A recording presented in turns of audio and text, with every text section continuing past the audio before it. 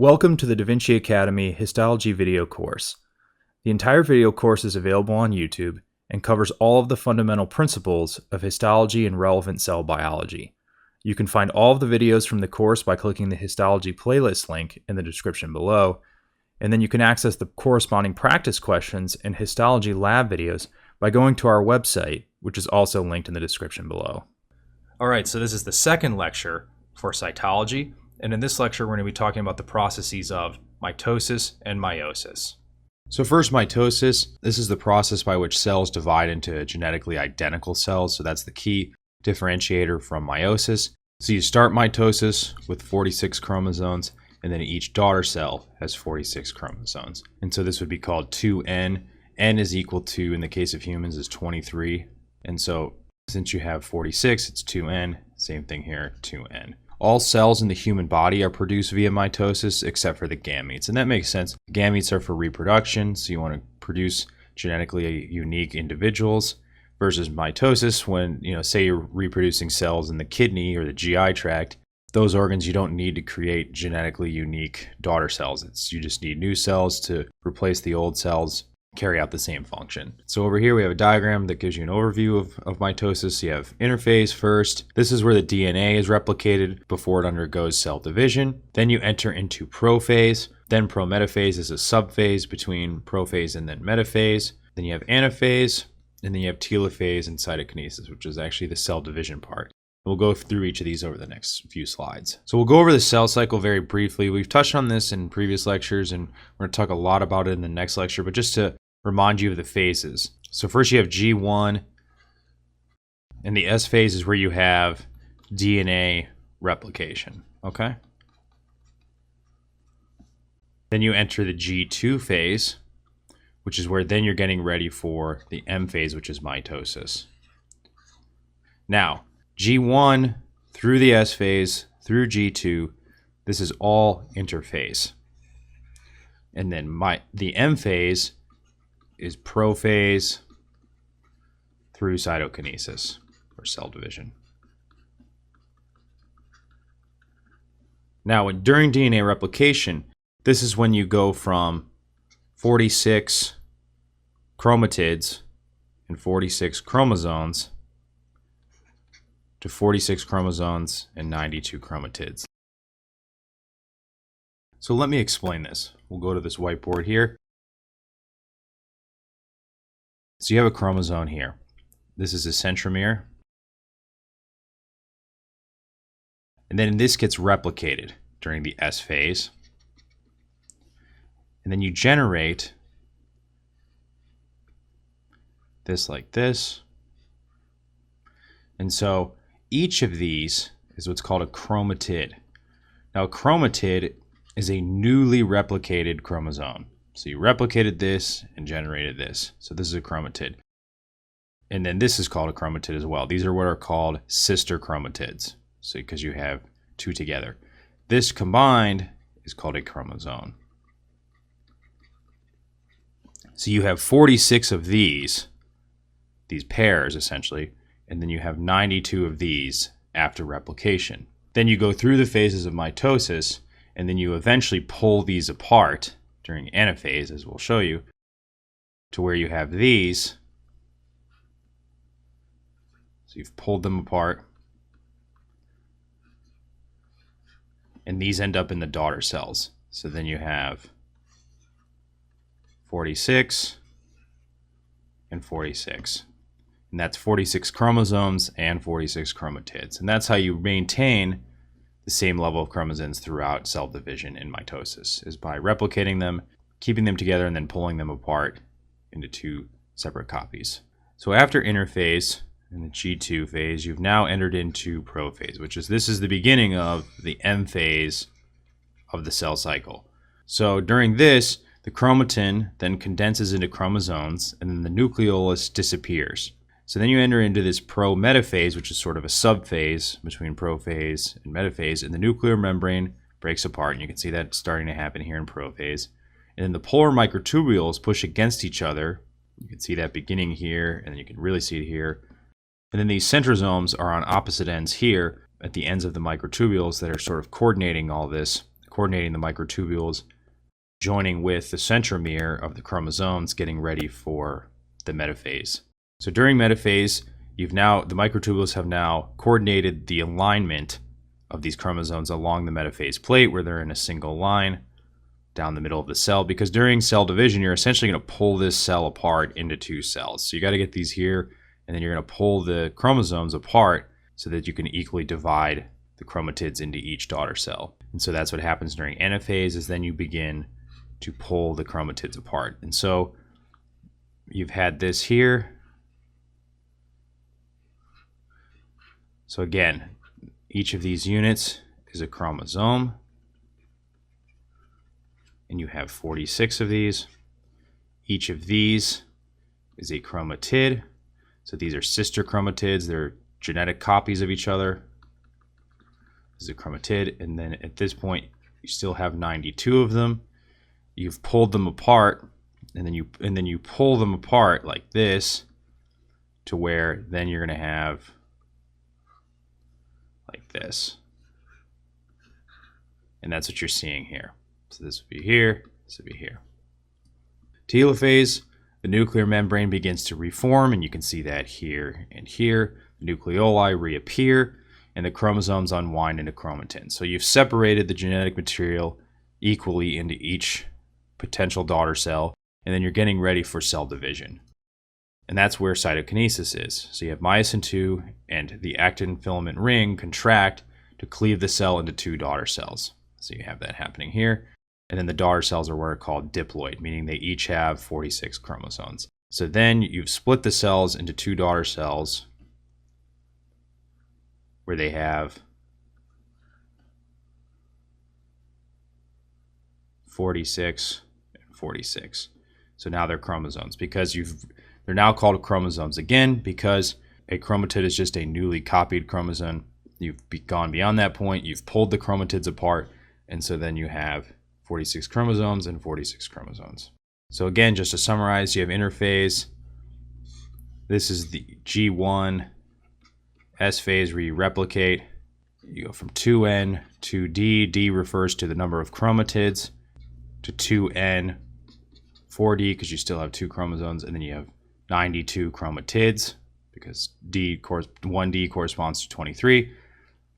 Then you enter into the G2 phase. Now, and then at this point, all throughout here, you're in the M phase. Prophase, nuclear membrane begins to break down. You have these centrosomes beginning to form. Centrosomes pull apart, and then the microtubules start to coordinate with the centromeres on these chromosomes. Then you get to metaphase, where you align them along the metaphase plate, and then you get ready for anaphase, where then they're pulled apart. As they're pulled apart into these opposite ends of the cell, then you have the nuclear membrane that reappears, the nucleoli reappear, and then you enter into cytokinesis, where the cell divides, and you get two daughter cells with 46 chromosomes in each, and these chromosomes are genetically identical. So sometimes you can actually see mitotic figures on light microscopy, and so here's a good example right here, actually, where you can see where all the chromosomes are packed in the center here, or down the center of the cell. And that's actually what's metaphase. So remember, the chromosomes are lining up down the center of the cell just before they actually split apart during anaphase, which, remember, these chromosomes are pulled apart and pulled to either side to separate the genetic material in preparation for cell division. So this would be anaphase. And speaking of anaphase, here's actually a great example of it right here. With this right here, as you can see, it's still one cell, but you can see where it's starting to pull apart these chromosomes in preparation for cell division. We'll go over identifying mitotic figures in much more detail in the lab video for cytology. All right, so now we're going to go over meiosis. We're going to use this figure that's in your book. This doesn't have every single step of meiosis. It really just outlines the two phases, meiosis 1 and meiosis 2. So meiosis is a cell division process, and it consists of two rounds, meiosis 1, meiosis 2, that produce 4 daughter cells. So you can see that here. And the key thing here that differentiates it from mitosis is that each daughter cell is genetically unique and distinct from the parent cells. So each of these are genetically distinct from each other, and they're also genetically distinct from the original cell here. So you have interphase, just like you did in mitosis. So again, just to review the cell cycle, you've got G1 like this, and you've got the S phase here where you've duplicated the DNA, and then actually in meiosis, you actually skip the G2 phase and go right into the M phase. So then again, you're going to start with a chromosome like this, and then you're going to duplicate it in the S phase. So you start with 46 chromosomes, and this is going to be 2N, 2D. You're going to duplicate this, and then you're going to produce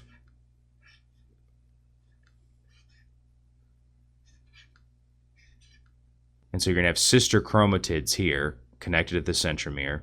So again, this is a chromatid. So remember, a chromatid is just a newly produced chromosome during replication. And then this pair of sister chromatids is a chromosome. And at this point, you're going to have 46 of these and 92 chromatids. And at this point, the genetic material is still identical. You haven't had any crossing over yet, so at this point, it's still identical.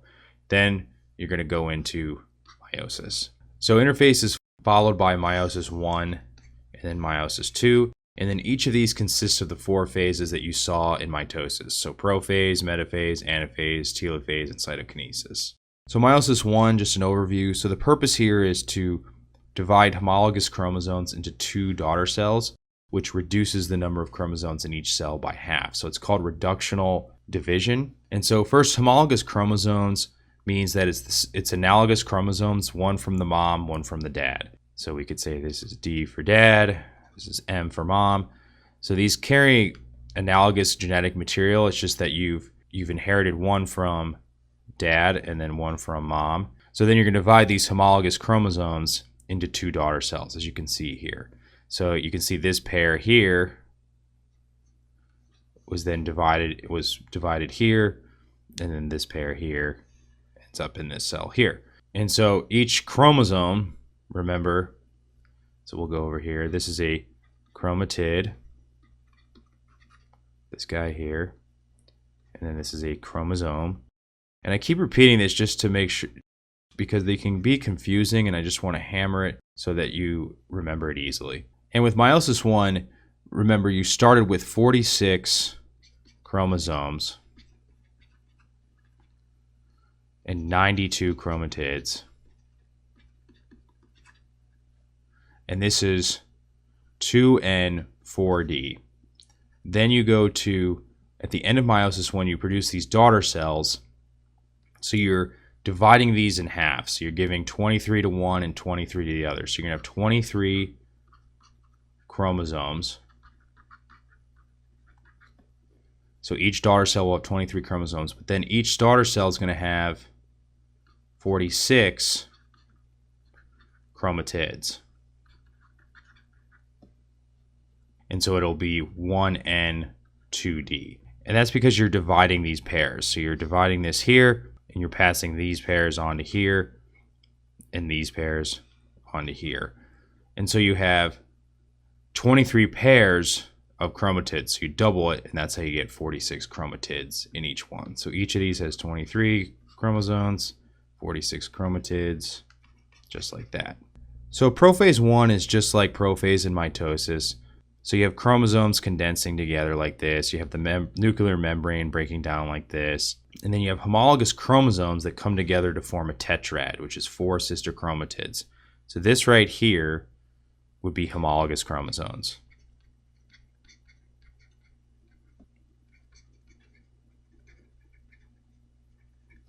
And then since you have 1, 2, 3, 4 chromatids, 4 sister chromatids, this is same, we're referring to the same thing, would be called a tetrad.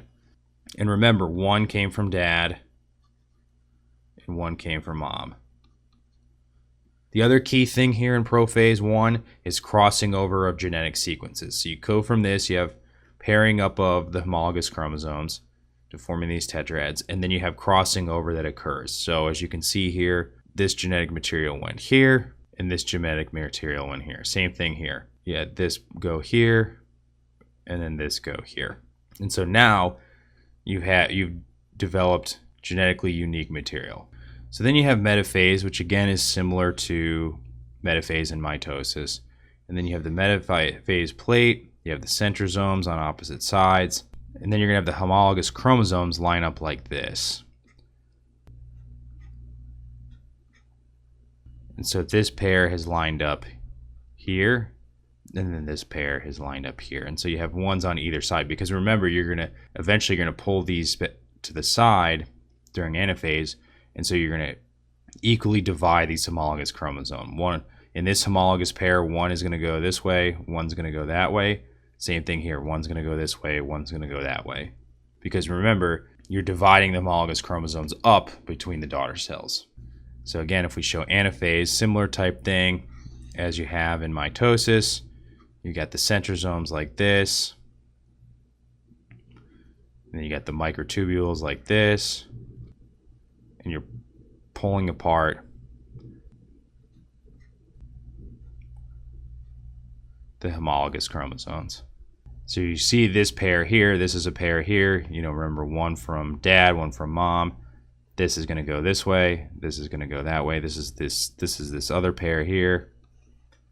Again, one from mom here, and then one from dad here. And then you can see that here in the figure. Eventually you would have had, you split the cell and you have, you know, one blue one red pair. Same thing here, one blue pair, one red pair here. And the end result, again, you want to be aware of for anaphase is just that the homologous chromosomes are pulled to opposite ends. So then you have telophase and cytokinesis. This is similar to mitosis. Chromosomes decondense, and then the cells divide to yield two haploid daughter cells. So what do we mean by haploid? Again, you've reduced the number of chromosomes. Remember, reductional division. So you've gone from 46 chromosomes to 23 chromosomes, and you've gone from 92 chromatids to 46 chromatids, because remember, each of you have 23 of these, and then you have a chromatid like this, and you have 46 of these. So 23 pairs of chromatids, essentially, in each cell. So now we get to meiosis 2. So now we're at this phase. And meiosis 2 is occurring in both of these daughter cells. So the sister chromatids in each daughter cell from meiosis 1 then separate. So this is a sister chromatid, this is a sister chromatid. So these are going to then separate from each other, just like here and here and here and here. And then they're going to be segregated into the 4 daughter cells that are produced. So as you can see here, this guy went here, this guy went here, this guy went here, and then this guy went here. So you're segregating again. And this is called equatorial division, because you have 46 chromatids and you're going to divide them up equally into the daughter cells. So you have 46 here, 23 here, 23 here, 46 chromatids here, and then you have 23 here. And that ends up being 23 chromosomes. And since you have 23, this is 1N, 1N, because in these end result here you have 1 chromosome, 1 chromatid, and this is what's called haploid. So you produce 4 haploid daughter cells. And here, just a point here, sister chromatids are likely not identical. So as you can see that here, this isn't identical to that. This isn't identical here. You can see that same thing down here because of that crossing over that occurred during prophase 1. So prophase 2, similar type thing again. As prophase 1, you have that nuclear membrane that's going to decompose and break down. Chromosomes condense. And then you have the centrosomes that are moving apart like this, and eventually ending up in opposite poles of the cell. And then again, you have metaphase, where the spindle fibers of the centrosomes will attach to the chromosomes at the centromere and then align them along the metaphase plate. So just like this. So in this case, it would be this guy was aligned here, this guy was aligned here, and again, aligned by microtubules right down the center of the cell. Because then what you're going to do is pull these apart during anaphase. They're going to pull these sister chromatids apart and pull them to each side. So then anaphase 2, similar to anaphase 1, except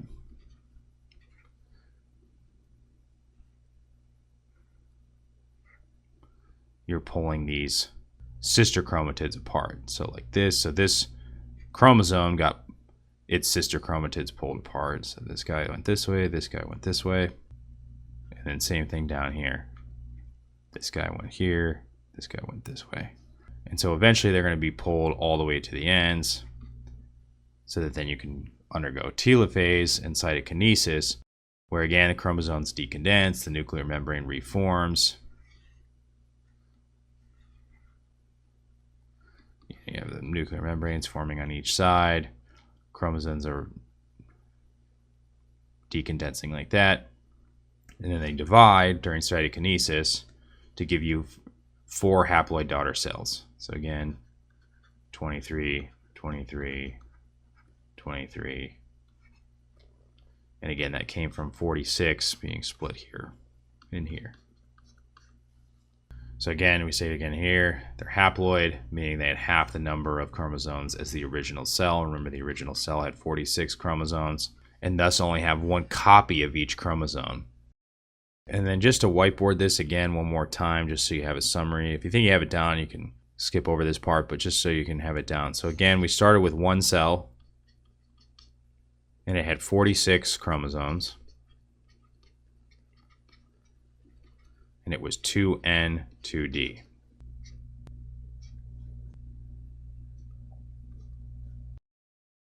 So then you went through interphase, where you went through the phases of the cell cycle and underwent DNA replication. And then you produced still 1 cell, 2N, 4D, because then you replicated these and generated new chromatids. And so now you have 46 chromosomes and 92 chromatids. Then you go through meiosis 1, where you had, and again, this would be homologous pair of chromosomes, because again, 1 would have came from dad, 1 would have came from mom. Same thing down here. And then you've split these like this.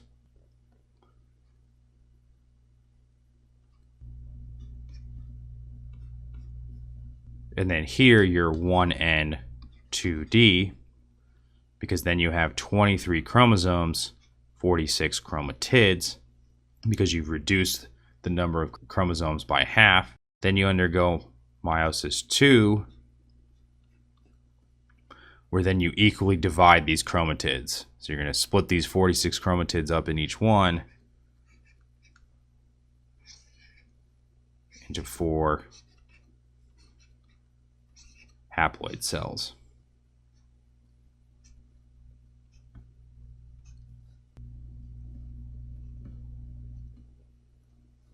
So again, you started with a diploid cell with 46 chromosomes, and then you produce 4